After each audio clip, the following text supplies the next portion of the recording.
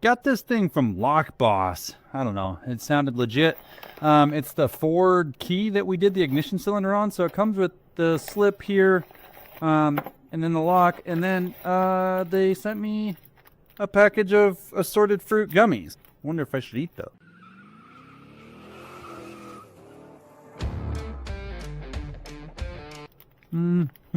They taste okay. Not great. Kind of melty. So, I'm going to open this up here. I think this is probably the important thing that you're going to want if you have a Ford, I think between like 1990 something and 20 something, 2010. I don't know. When you open this up, it just keeps coming. What do we got here? Yeah, that is now an empty bag. And then I got all these little tiny springs. I think those are going to be important for holding clips in. I got these little plate, a brass pin, and then I have these key codes that Ford uses. Should be 1 through 5. That's 5, 4, 3, 2, 1. Some assembly grease, maybe. A rubber gasket. That's probably for the install on the door. I would guess, maybe. We'll save that. And then the little silver clip, that probably is a final install piece as well. Here's the key we're going to code. So I think if I push, so I've got these two pieces. I've got the cylinder and the lock. And I think it goes in, I don't know if it matters. But yeah, it goes in one way. Yes, you can. So if I have it like this, this little circle here goes from the 11 o'clock to the 7 o'clock. 11 to 7. If I flip it over, I'm still 11 to 7. So I guess it probably doesn't matter.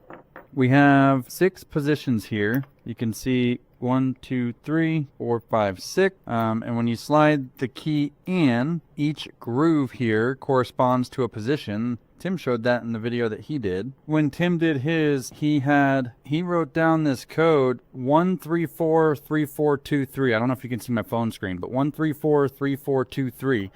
And I think on this lock that would equate to 1 being over here. I only have 6 positions. 1, 3. So then maybe I start with 4, 4, 3, 4, 2, 3. Nope, that's only 5. So maybe I start with 3, 3, 4, 3, 4, 2, 3. I don't know. Tim did a bunch of math and he took like the square root of the sun circumference divided by the rate of the influx capacitors. So I don't really know. I'm going to do it kind of the redneck way, I think. And I'm just going to open these. So I've got a 1 here, got a 2, boo, boo, boo, do, do, do, got a 3, come on now, got a 4, and I got a 5. And so I'm going to start at the very end here with this one. I have no idea what position that's called. And I'm going to start with just a 1. So if I drop the guy in there, so when I drop the thing through, it sits all the way down at the bottom. And I think if I remember right from Tim's video, I want it to sit flush when the key's in there, and mine drops down. So maybe if I go to a 3, this is dumb. What if I go to a 5? So 5 might be close. Okay. All right, I figured it out. So check it out. I'm going to drop the 1 pin in there, and then my key, and you'll see that drops way down. So that's obviously not it. Whoop. Fuck. All right, dropped it. Shouldn't have said the F word on the film. So then I take my 4 and I push this guy. Oh, come on now. All the way in. Put the key in, and it sits perfectly flush. So I know that's a position 4. So now I think I'm just gonna keep full sending, because I think this job is silly anyways. You can buy these for super cheap from Amazon. I don't really know why you would do it yourself unless you just want to keep your same key or something, I suppose. Like maybe your lock got damaged or whatever. All right, so I'm going to drop that spring in there and then push this guy into place. And there you go. That guy is in. Boop, boop, boop, boop, boop, boop. Now, keep going. If Tim's code was correct and that was a 4, then this one should be a 3. I'll drop the 3 in there like that. Stick the key in. Looks good to me. Heck yes. I don't know if this is making sense on the video or not. Also, like, again, Tim's video is a lot more detailed. He shows, like, the grooves and the 1s and the 3s and the maths and the stuff. Nah, it's not my style. I just kind of start messing with stuff until it works. And if it doesn't work, then, you know, you grab a hammer or a torch or a welder or, a, you know, bigger wrench or something. Ooh, wait, what am I doing here? 3? 3. Come on now. Okay, stick the key in. So far, so good. So the next one should be a 4. Drop it in. Stick the key in. Yep, works real good. Boop, boop, boop. And then this one should be a 2 and then a 3, I think, is what Tim's code says. So stick the 2 down there. I don't know. That kind of falls in a little bit. I'm going to grab a 3 and see how that sits. Okay, grab the 3. Yeah, the 3 sits a lot better. So this is weird, but it doesn't appear to be coded the same as the ignition cylinder. Or Tim possibly wrote the code down wrong. I don't know. But the Kyle method of just try it until something works seems to be doing just fine for me. So let's drop that spring in. And this guy here, these guys are like real finicky to get seated. Okay, got it. So what do we got next? Maybe like a 5? Try a 5? Ah! Okay, drops in. No, 5 is way wrong. Way wrong. Okay, let's try, what's this? A 1, what's this? A 2? Let's try a 2. See, I don't know. You guys do what you want with your truck, but I just think trying it until it works makes sense.